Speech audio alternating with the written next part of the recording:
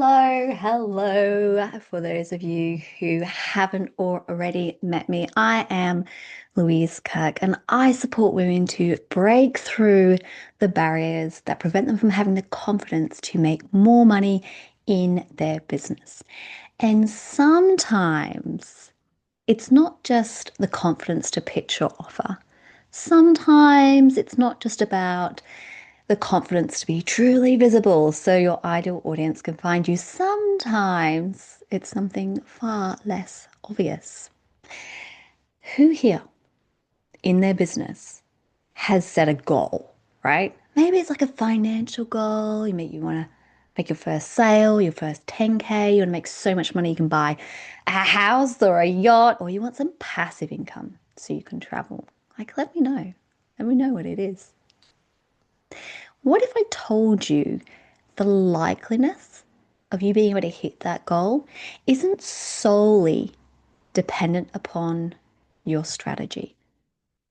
That the stories that you hold, the stories that you also hold in your relationships, will impact your ability to make money. So, this came up for, well, a few of my clients, but one in particular a few weeks ago. And she'd started up her business, but it was really struggling to make an income. You know, when you start this business with all this excitement, right? You have this idea in your mind. You're like, this is it. It's going to be amazing. You kind of have this idea about how you're going to do it. And maybe you're going to make lots of money. You're going to have all this freedom. Maybe you're going to have like all the impact you're going to make on the lives of so many people. And then it turns out it's not quite as easy as you thought. And that freedom starts to feel a little bit elusive. And you're not quite sure where your next client or sale's coming from. So she implemented what I'll share with you today, and she went on to sign two new high ticket clients within a week. Like, who would like two new high ticket clients in the next week? So I'm going to call her Joe. Joe was pretty broke because she wasn't earning any money. And one of the biggest reasons that poor broke Joe thought she was struggling to make money in her business because she didn't have enough time. Who here has ever said they just don't have enough time for all the things they need to do in order to make money in their business? Because you probably have other responsibilities in your life, right? You might have a job, like kids, elderly parents, beautiful fur babies.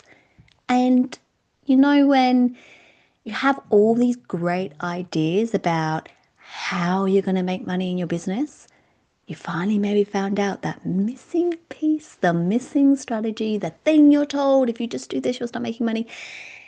And in the moment, you have every intention to do it. But life seems to just have other plans for you because you just can't seem to find the time. So,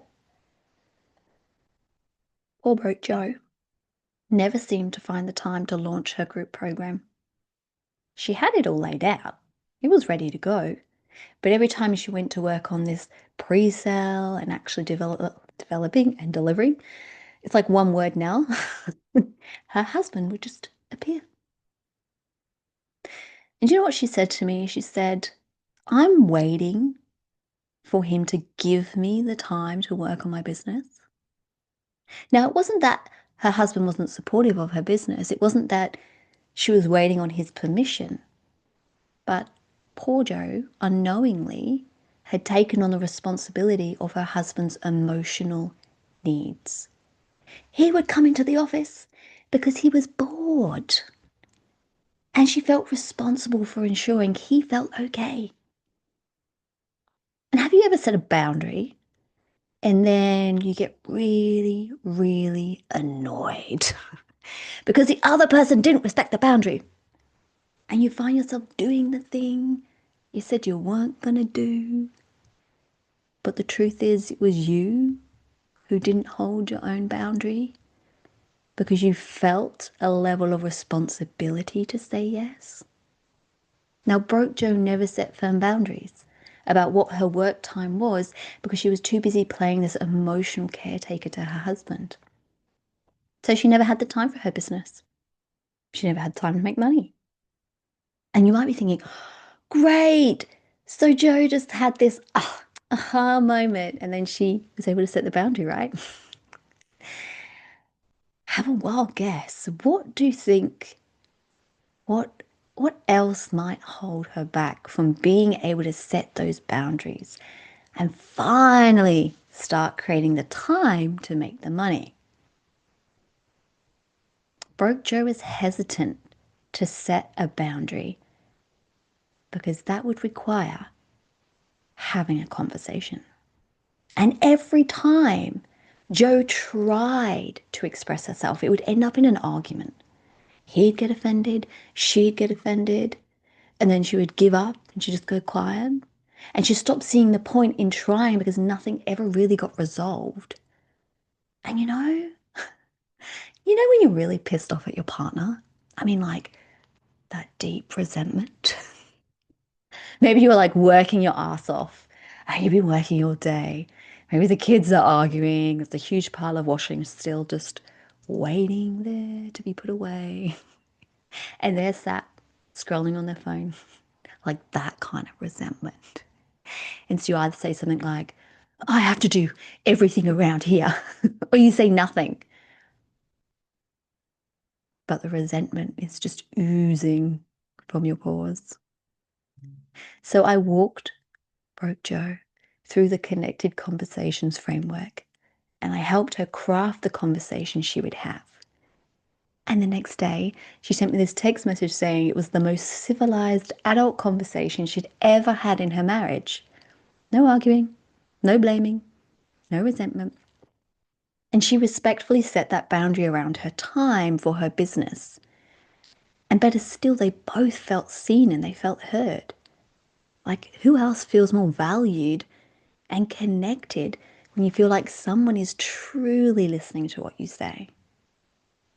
So Broke Joe is no longer broke because she not only gained the wealth of time, which turned into money, but she created this huge shift in her relationship, which is worth more than gold. She became a wealthy Joe. So when setting goals, people will tell you to compartmentalize your life. You've got wealth, you got like your career, you got relationships, you got health, maybe you got spirituality. But your life is not a bento box, my friends. It's this giant bowl of spaghetti. And the stories that you hold in your relationships will impact your ability to make money. So do you want to be a broke Joe or you want to be a wealthy Joe?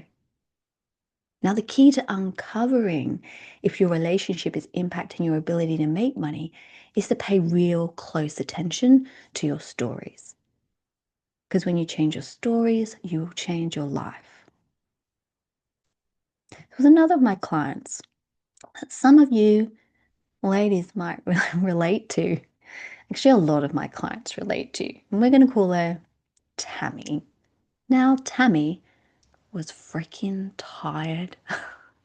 You know when someone tells you that to make your business work, you have to go all in, sleep in your sleep in your office, sacrifice now, get the rewards later. And you're like, cool. So who's going to feed the kids? Does the washing magically put itself away? Are there like fairies that come for that? Now, tired Tammy was not only struggling to make more time for her business, but she was bloody overwhelmed. Because let's be honest, when you're a parent, it's not just the physical workload of caring for a home or a family, it's that mental and emotional load. I love my kids, but does not anyone else feel like it's being in an abusive relationship? Because you love them so much, but they can be so brutal. And you're not just juggling a business, but the kids' activities and parties and endless school letters. And the worst thing of all that women dread at the end of the day, what's for dinner? And it wasn't only just that tired Tammy was lacking the energy and time for her business, but she held back from signing more clients because she was afraid. Afraid if she became more successful, she would have more responsibility. And she was already at capacity. Are there any tired Tammys here right now? Feeling like they're just at capacity. Tammy, too, was taking on this emotional responsibility of her partner, but this time it was because she was unwilling to fully give away some of the responsibility she was carrying. She wanted to because she was bloody tired, but she wouldn't. And sometimes you decide it's time to share the load. And so you start dishing out jobs and you think you're handing over responsibility, but actually you're just delegating. Because the moment they don't do it to your standard, you tell them how they aren't doing it right. And you probably take it back over and you think, see, I knew I'd be right. I knew they wouldn't do it. I knew they'd forget. I knew. I knew this would happen. Tammy couldn't give away responsibilities because she didn't feel safe to do so. Not because her husband was abusive, but because she had experiences from childhood that created this story: men cannot be trusted with responsibility. That they would make decisions that would be detriment to her and her children. And when you hold on to the responsibility, you hold on to the control. Letting go of responsibility means letting go of control, and control is her safety. This is when you change your story, you change your life. And using that connected conversation framework, Tammy was able to sit down with her partner and fully give away some of the responsibility. Not delegating. Not delegating tasks, ladies. Full responsibility. And not only did that free up some of her energy, but it also empowered him to be able to make decisions. Because all the time she held onto the control, he was left in a very powerless position. And as much as Tammy desired it, he could not step up into a leadership role in the family. Because to be a leader means you have to have responsibility and you have to have control. So, guess what happens when she has more time and energy in her business and she felt like success would be manageable? Guess what happens when she could start trusting that her husband could take care of things? You guessed it. She started making more money because she could put in the time and the effort required to do so. The stories that you hold in your relationships will impact your ability to make money. Now,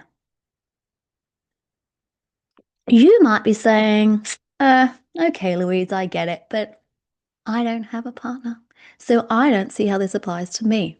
Well, the stories you hold about relationships are transferable into your business, and this includes past relationships.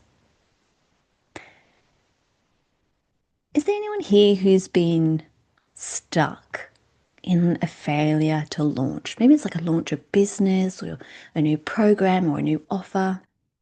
And you know where, like you've made the decision to do this thing and you're kind of excited and you've probably even learned how to do it, right? Maybe you've even created the program or you created the offer, but you haven't really done anything to actually make it happen. Like you're waiting for the right time. Maybe you've stuck up a couple of posts, but if you're being honest, you're not really all in. You've not really left the start line. You're saying you're in the race without actually committing to it. Well, another of my clients had already invested thousands of dollars to learning how to start her business, but she hadn't. She was waiting for the right time, but that time never seemed to come.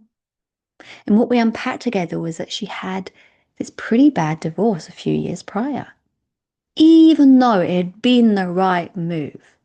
He was not a great guy. She held a lot of guilt and shame over being the one who had ended it because she felt like she had failed, that she wasn't able to make it work. So, guess what happened in her business? Guess what was holding her back? What if she invested all of her time, energy, money, all of herself into a business and it didn't work out? What if she couldn't make it work? What if she failed? She projected these stories that she created about the end of her marriage onto her business. Because the stories that you hold in your relationships, past and present, will impact your ability to make money because it will impact your time, your energy, and your focus. So when you change your stories, you change your life. I want you all to succeed. Like all of you here are so capable and so worthy of achieving the success that you want in your business. But it's not always as simple as writing down the number you want to achieve and the 3 or 4 steps to get you there. Sometimes you have to figure out what in your big bowl of spaghetti is tangling up your ability to make that money, to hit that goal. Now, in Australia, 60% of businesses will fail within the first 3 years. You don't have time to mess around because you all want to be a part of the 40%, right? Who make it. Like, you're going to be a part of the 40% who make it.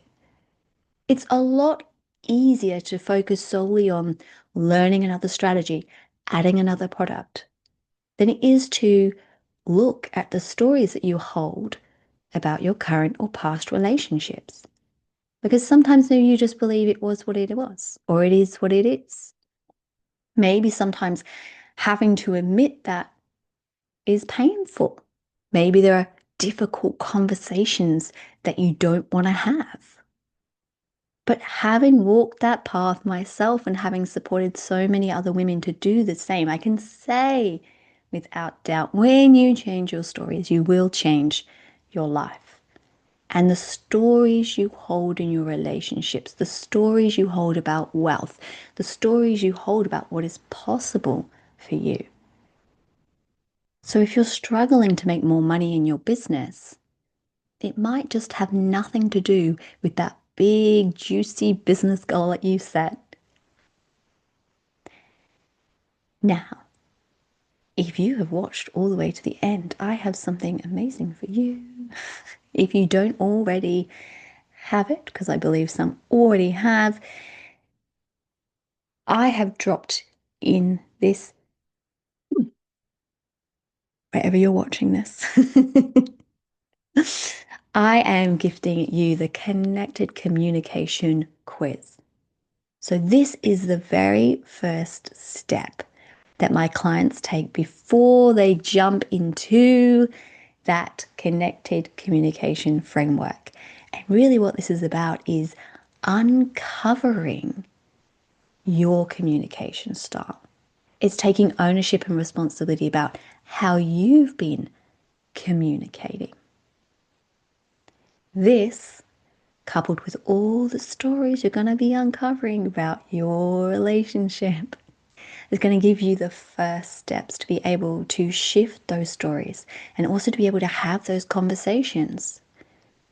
Because the reality is, as we start to shift who we think we need to be about what our responsibilities are as women or as mothers or as partners, when we shift those stories about what it means to be someone who asks for help, then typically afterwards we need to be having those conversations. We want conversations that build connection and where we can feel like we are supported and valued. And so I am dropping that in wherever you will find it right now, where you can start to uncover your communication style.